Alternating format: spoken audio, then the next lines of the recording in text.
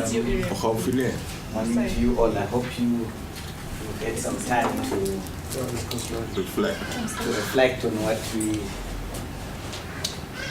we went through yesterday. Okay. So just start by just having a quick recap, and I'll just ask you to tell me what's your understanding of economics from what we discussed yesterday. My understanding of economics for me is that everything is interrelated, always an effect on the CPR or inflation, and it's governed by so many different parties based on price, cost of goods sold, or imports or exports, or so forth. Is that a good understanding or not? It is. Ah. It is. Thank you. Okay. The effects of micro and macroeconomics on the total economy, Okay. and how each one plays a role, or each entity will play a role within our economy today. Cynthia?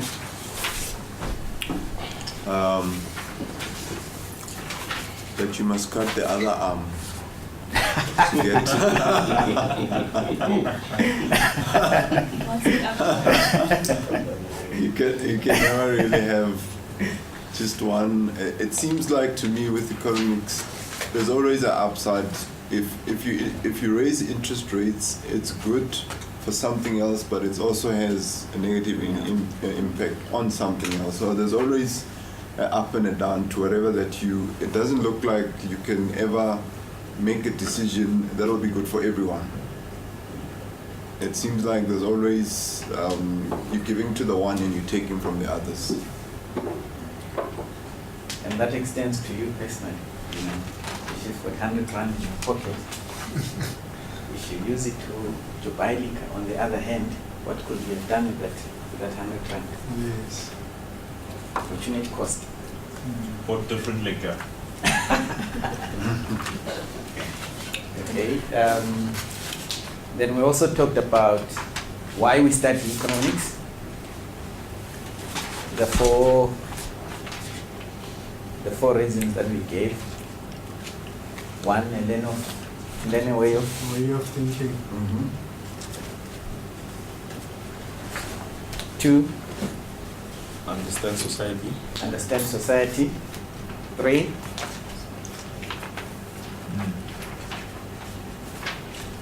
Understand mm-hmm. global affairs. global affairs. And lastly, Is to be informed. yes, to be an informed citizen, right? Yeah. Then we also discussed about economic systems, and we said South Africa is what? Mixed. There's a mixed. Okay. Then we also discussed about inflation, Yes. and if you were to pick up one effect of inflation, what would you say? The biggest impact of inflation, if I say, from your understanding, what will that be? Is it not a monetary? The problem, the effects of inflation. Unemployment. Says unemployment, okay. Costs. Trust. Erodes confidence and Confidence. trust. Yeah. Oh, yes, investment. So once there is no trust, there is no confidence, you have uncertainty within the system. And that doesn't work well for economics. What else did we talk about? The impact of government on the economy. The impact of government on the economy. Okay. And on that we looked at the budget, the 2018 summary. Yes. and you all had different views on the budget. It was very hard to find a positive one. Was it? It was very hard. Especially the What was that? the debt servicing of the Look at there's an article there of the 2014 budget. There's nothing positive. So if you were to be the Minister of Finance, you would do something different to what we have there. So what you will do, will it, in your own words, no. remember we've got in these departments, we've got economists, we've got professionals, you know, Yes. and this is the document that they come up with.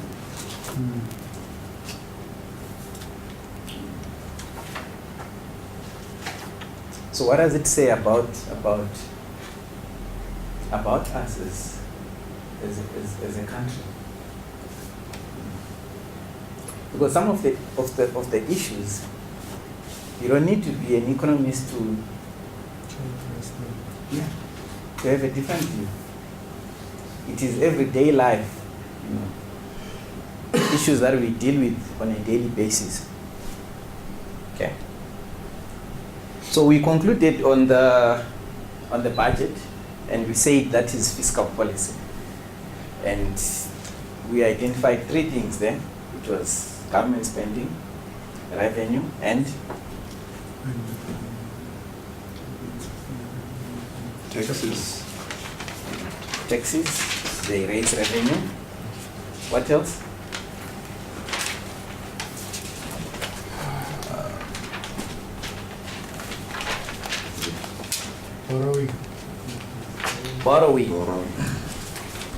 Borrowing. Three things. The borrowing part is where we saw the 99 billion, right? That is going towards servicing South Africa's debt.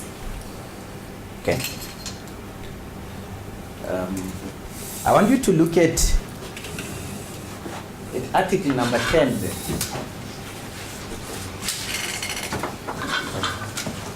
Article number 10.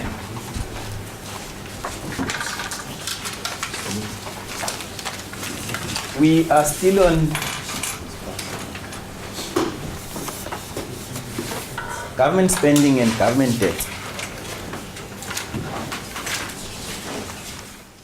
Abuja, Nigeria will spend a total of 971 billion naira on fuel subsidy payments in 2013. The Finance Minister said on Wednesday, roughly the same as in the previous year, but a 55% drop on 2011, when subsidy fraud was rampant. Finance Minister Ngozi Okonjo-Iweala has tried to place greater controls on state payments for fuel imports into Africa's most populous nation to try and tackle the corruption that has seen up to half the fuel subsidy wasted. Okonjo said the subsidy was 950 billion naira last year, compared with 2.2 trillion in the year before. The figure was nonetheless equivalent to about a fifth of the budget in Africa's second biggest economy and top oil producer. This administration has worked hard to clean up the process of the subsidy payments. We fired old auditors, put new ones in place, avoided conflicts of interest, and put in checks and balances, Okonjo told reporters in Abuja. Parliament and the Finance Ministry last year both probed Nigeria's fuel subsidy in the aftermath of the aborted attempt to remove it. President Goodluck Jonathan was forced in January of that year to reinstate it after a week of protests. The probes exposed a web of corruption and fraud by government officials and fuel marketers that cost the state billions of dollars, with much paid for fuel never being ordered or being diverted to Nigeria's neighbors. The government initially cut back on the number of approved fuel suppliers, but this has since been expanded to include some companies named in the probes. The Finance Ministry says some have since been cleared, but has declined to comment on which ones. However, the ministry now publishes all payments made to fuel marketers in a bid to improve transparency. Economists say the regulated fuel price feeds corruption, creates fuel shortages, and prevents much-needed investment in the oil refining. But it is popular with Nigerians who see it as the only benefit they get from living in an oil-rich state. Okay. Right. From that article, is there anything similar to South Africa there? Corruption. Corruption. Corruption. Corruption. Yep. Now, what is the effect of corruption? What is happening there in Nigeria? They're having protests and upheavals, You know. and also the economy is affected negatively. Okay. And they have debt. Left that. Okay. What else have you picked from that article?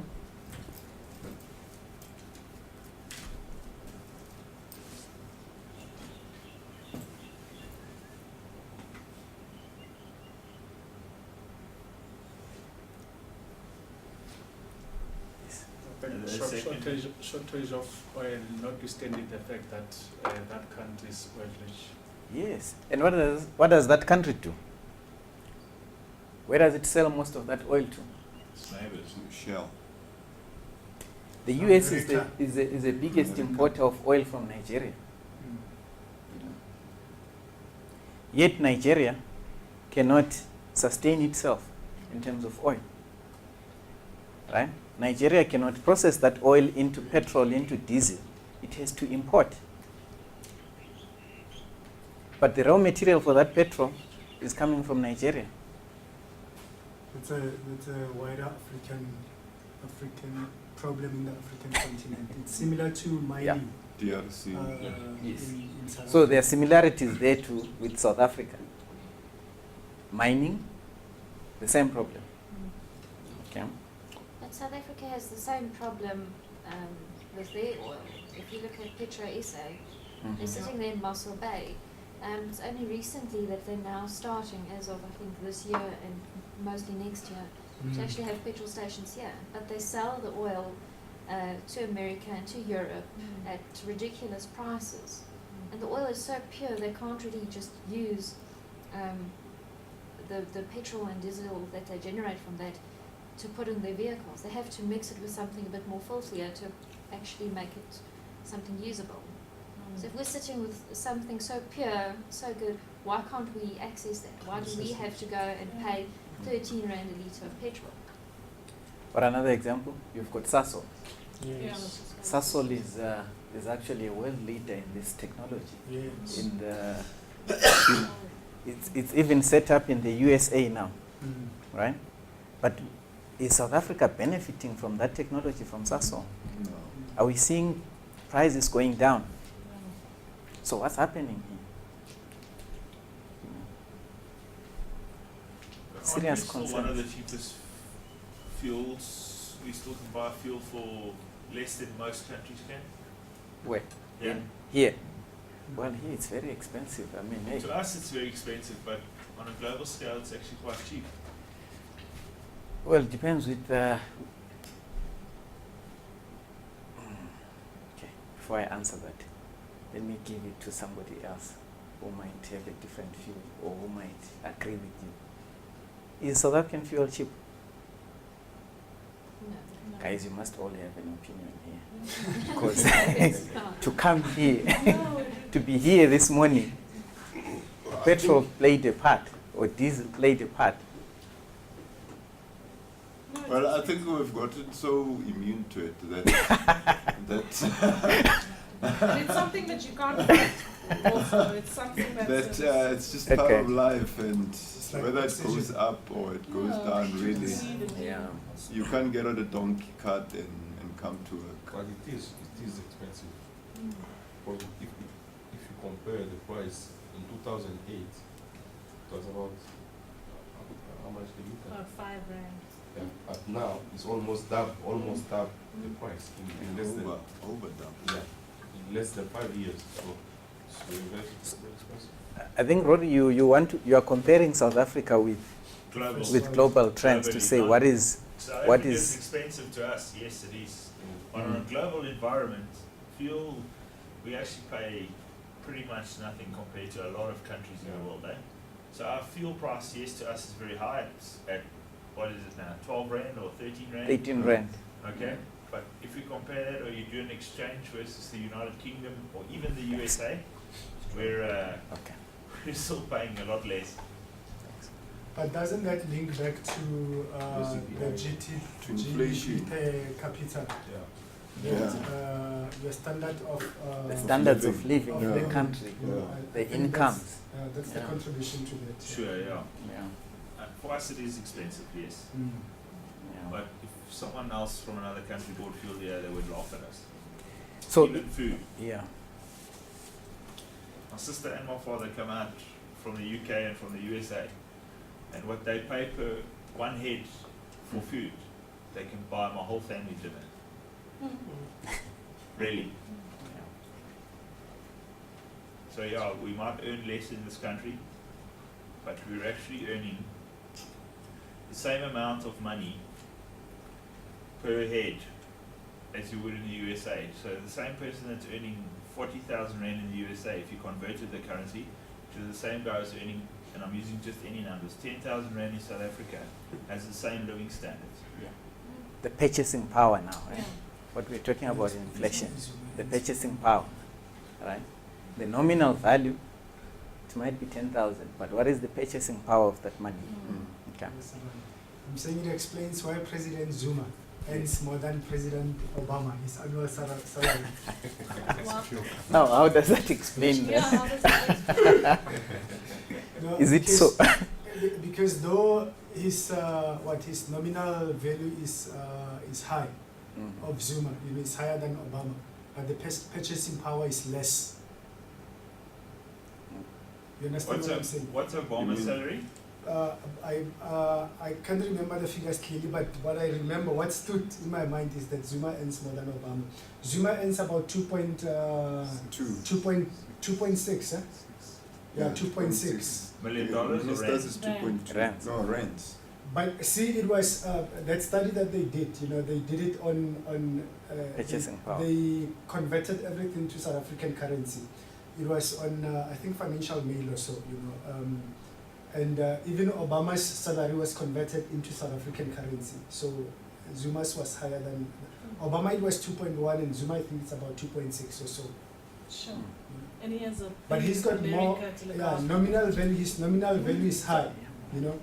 But obviously, based on what you just said now, his purchasing power is possibly less than Obama's, purchasing power. You That's can what do I'm a lot trying to more say. with that money. Yeah. Okay.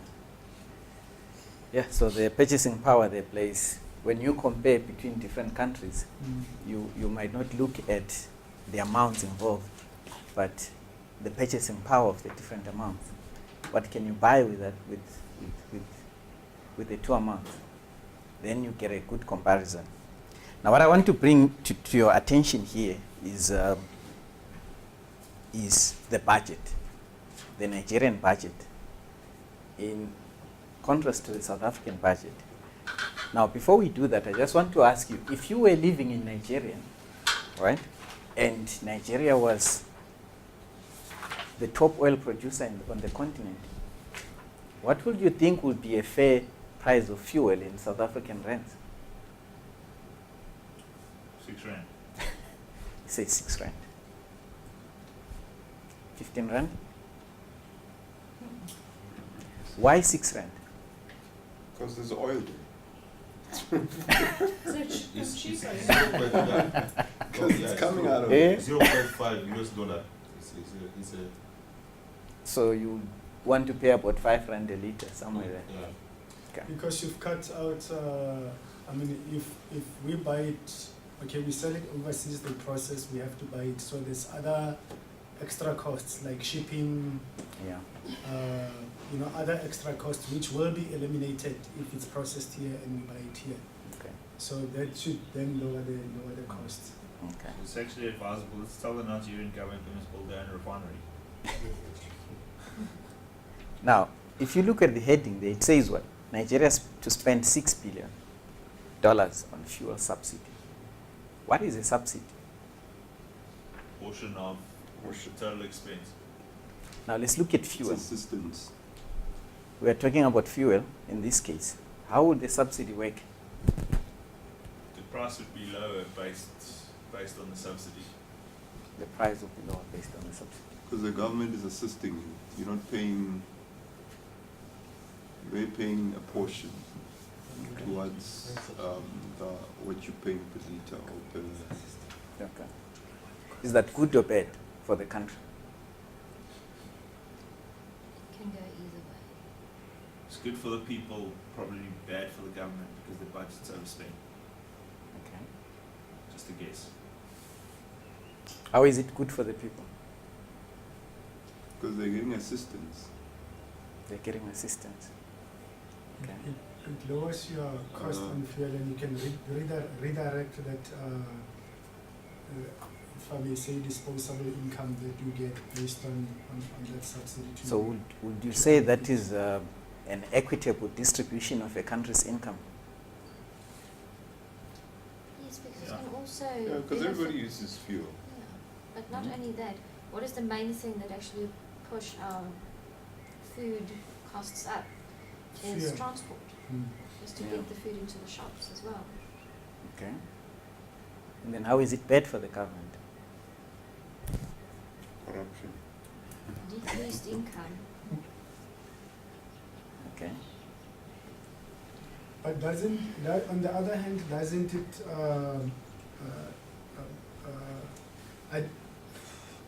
Maybe there's a balance. Maybe we can strike a balance between saying it's whether it's good or bad for the government, because if the society, who comprise people that actually also drive the economy to be productive, if they are subsidized on transport, they are able to go to work and be productive.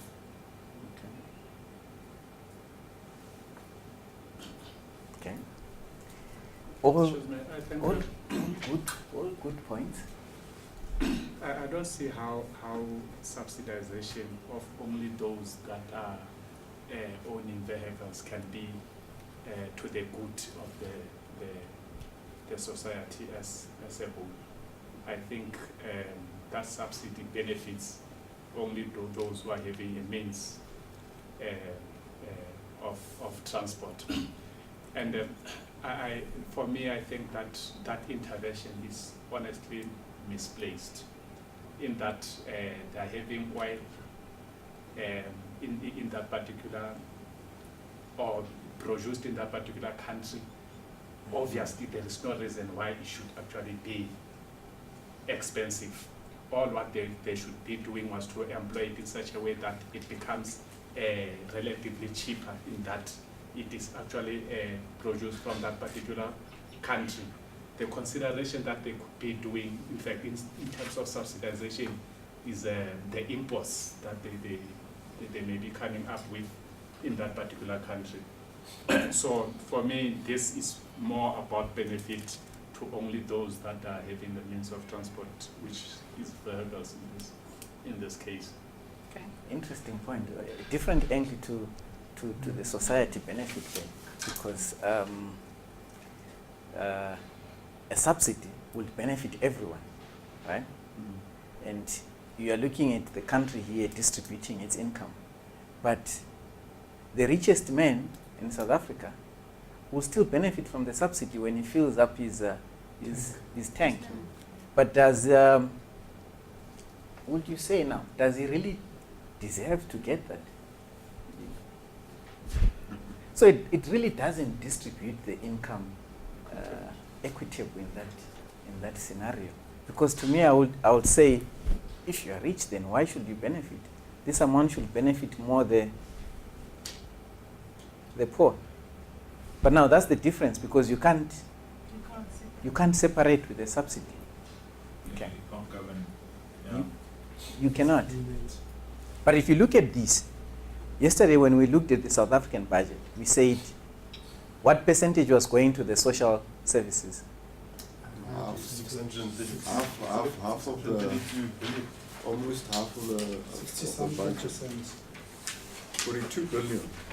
More than half of the budget, right? Social services 682. 682. Oh, yes. But then also, yeah, fuel and energy, they only put in 11.1, Uh, which is like, wow, really? Billion. The budget is at the back here. Just check. Now, look at Nigeria. What percentage of its GDP is being spent on subsidy 6. as a percentage? Says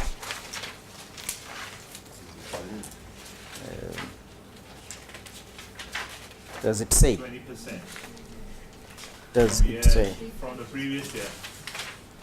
Does it say? Doesn't say Trying the to amount of spending currently of its budget, but it tells you that it's dropped to 20% of what But- it was. I want to, if you look now,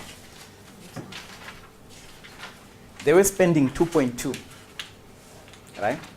Now there's an anti-corruption fight, the amount is 950. The amount has come down by more than a half.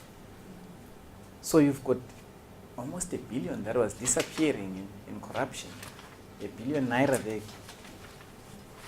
you know.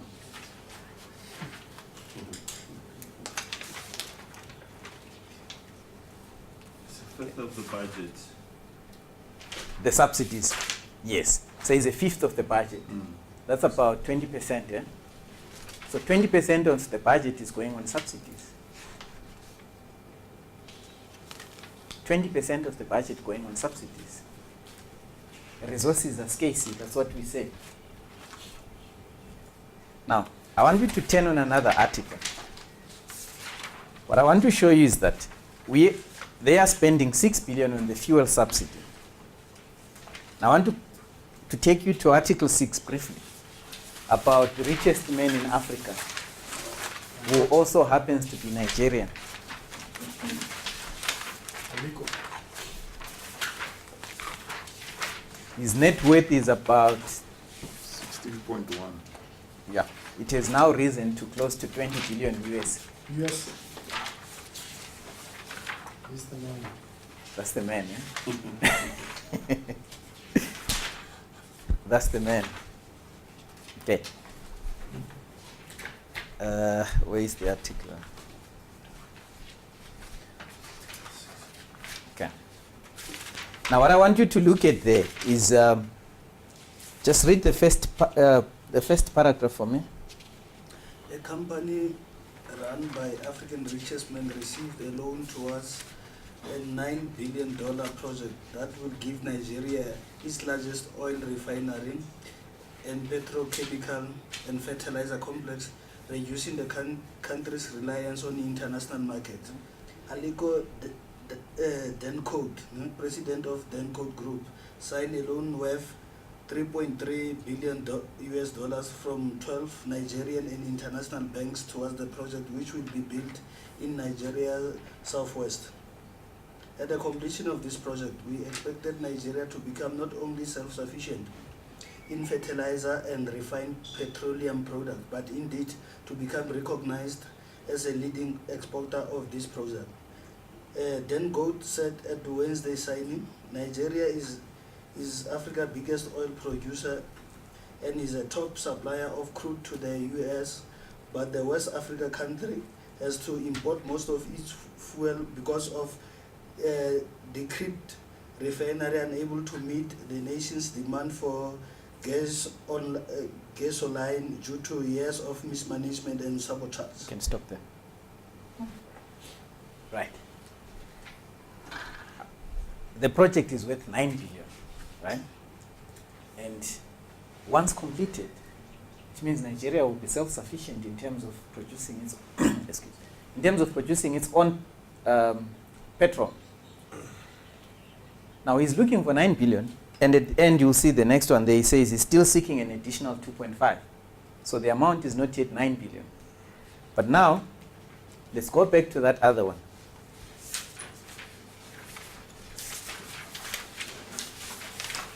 what does it say at the top? Nigeria to spend 6 billion on fuel subsidy.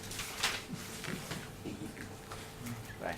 Is it US dollars or Nairas? That's US dollars. 6 billion on fuel subsidy. Right. So it spends 6 billion this year. Remember now, because they're spending 6 billion because from the corruption file. So meaning that last year they spent how much? Almost 12 billion. Trillion. Almost 12 billion in US dollars, because it has come down, right, by almost half. But for them to build a refinery in their own country that will sustain them, it will cost them how much? 9. So now, it means with previous years of corruption, I mean, for as long as we are only talking about 2 years. So if we go about 15 years, 20 years, and say, okay, they have been spending 12 billion US dollars on subsidy every year for the past 20 years. How much is? How many refineries would they have built?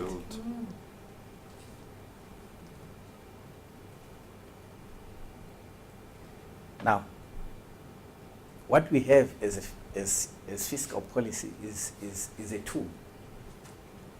Government is a tool here that it can use to develop a country. So, what can you say with respect to Nigeria? It's one thing to have a good fiscal policy on paper, you know, and it's another thing, you know, to have the capacity to not capacity to have the will, you know, to implement that policy. Yeah. So that brings the issue of Nigerian, you know, leadership into question, regardless of which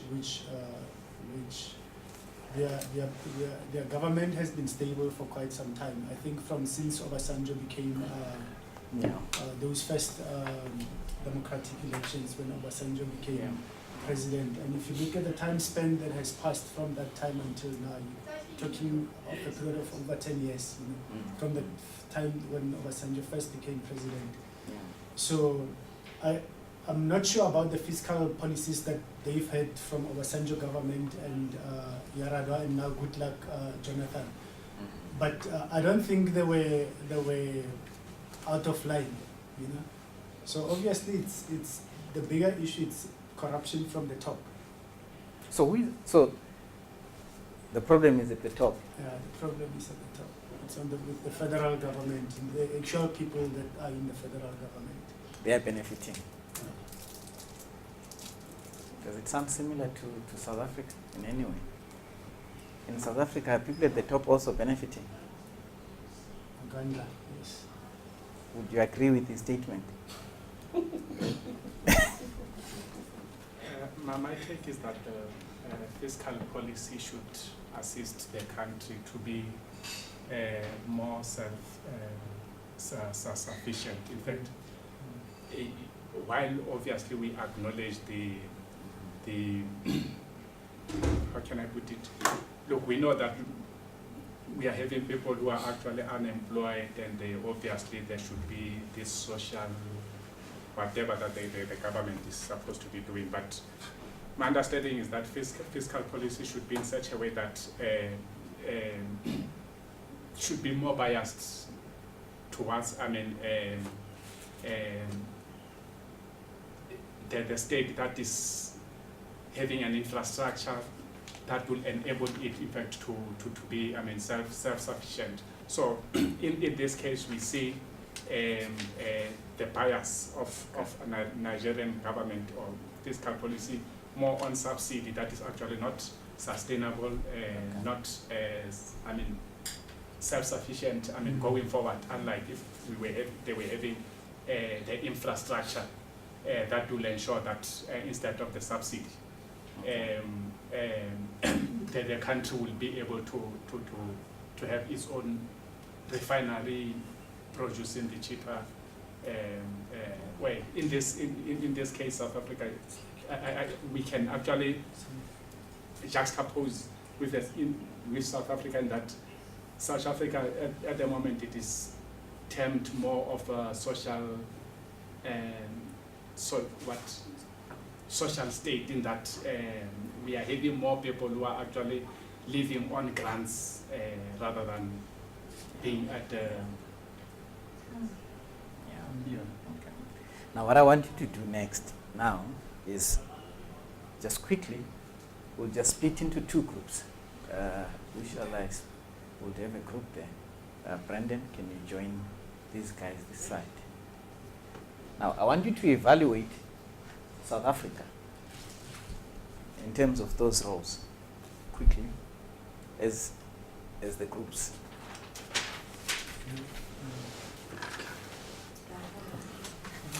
Join me. So you look at each role and say, how is South Africa performing there?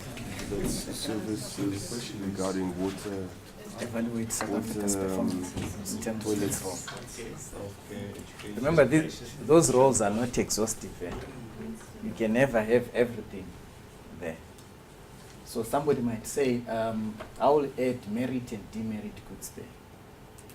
You know, because demerit goods will be issues like cigarettes, something that is bad for the society, you know, and say it is the role of the government. So that list is not exhaustive. If there is anything you want to add in your discussions,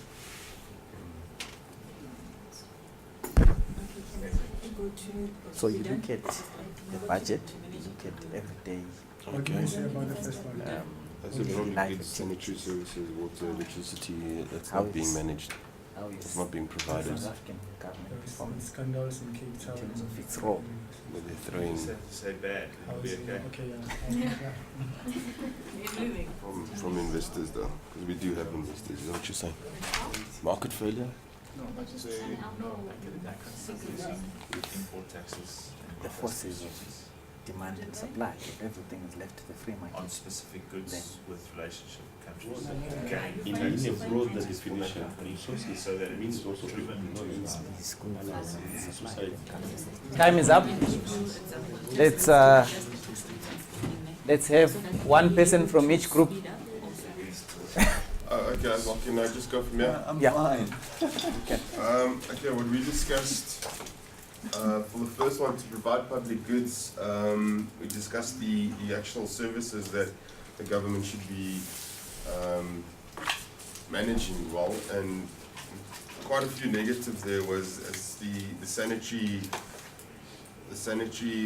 services in Cape Town, the water supply, electricity and housing has always been an issue. It sounds like it's always going to be an issue. If we're looking at to manage the economy, it's for us. We said it was the managing of the budget, but managing it well so that we can direct and guide and give a pace of economic activities. Example, your fiscal and policies, and if they're looking after that, that should affect the unemployment rate, inflation, and also help with the investors' confidence in the country itself. With market failure, we had a positive there that we do have investors that are coming in still, and they do have a positive in our market, because we also have joined the BRICS. I don't know if they're a corporation, what to call them, but we've joined them, that group, and that is a positive on when it comes to market failure. They're handling that well. Common resources, we believe they're not doing well in terms of the mining and the agricultural sector. Examples there is definitely all the strikes that we're having. There's no confidence in that sector at all, and South Africa is not benefiting. At the same time, from the agricultural, 10 years ago, South Africa had one of the best agricultural systems in the world, and we've actually dropped our standards badly there, and they haven't done anything about that. And then equity, we looked at it's the mismanagement of, well, the rich are staying richer and the poor are staying poorer. Your middle class is actually ending up starting to pay for everything now. So with examples of like e-tolls, anything that's happening to us, the middle class is actually taking the punishment now, where they get hit and they're starting to pay for everything.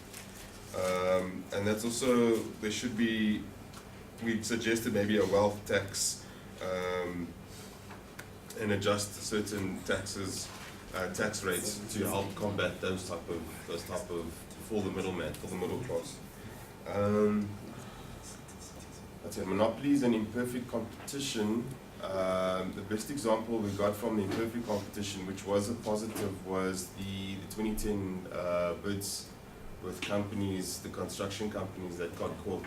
Example was the Venge Gunnikers, the Marion Roberts, the Stefanitis, and they did get caught for the competition and fixing bids, etc. So they did get fined for that. But the negative is that a lot of people think that those fines weren't harsh enough, weren't big enough. So on that side, yeah, that's it for us. So what's your overall comment? And what I like is that you have put in some suggestions there. You know, you've put in I got a wealth tax there. If you have money, you must. Okay. As a group, what is your overall? You can also comment, some of your members, it's not all. What's the overall? As a group? We're doing, you know, we were doing good, but I think we're getting worse. We're getting worse. And especially about, for me, I felt that when it came to equity, that especially in Joburg, where people, the rich are staying richer and the poor are staying poorer, as well as this middle class is a bit worrying, because it's the middle class that's keeping everybody going at the moment, and the consumer is starting to pay for everything. Doesn't matter, if e-tolls come up, we're going to feel it. If this goes up, we're going to feel it. If that goes up, we're still going to feel it. And we're the only ones forking out, and I think what's going to happen is that you might have a failure at the end of the day, where that's going to break at some point, where that middle class cannot carry everything at the moment, and it's just going to drop even further, and you might end up like Egypt, where we have one rich and one poor, nothing in the middle. What is also interesting is that I think it's last month on the World Competitiveness report, you know, Mauritius even passed us. You know, okay, put Mauritius aside, but we're dropping down. We dropped down, you know, which is not a good sign. We should be stable, or we should, you know, climb the rank. Yeah. Do you have any questions, comments for their groups, for their work? I want to comment briefly on you talk about introducing a tax on the wealthy. If you look into the American system, for example, you find when the Republicans and the Democrats, the Republicans are more pro-business. You know, they tend to reduce taxes on the wealthy guys. The Democrats would want to introduce taxes to the wealthy guys. Now, the arguments of the two definitely differ. Those who say reduce taxes for the wealthy, they say if these guys are taxed less, they will be able to put this money into the system. More people will be employed. You know, they will improve the productive capacity. But then on the other side, the Democrats are saying this, you know, we need to take care of the poor guys. And those are the guys who've got the money. So let's tax them. So there's no right or wrong there. You know,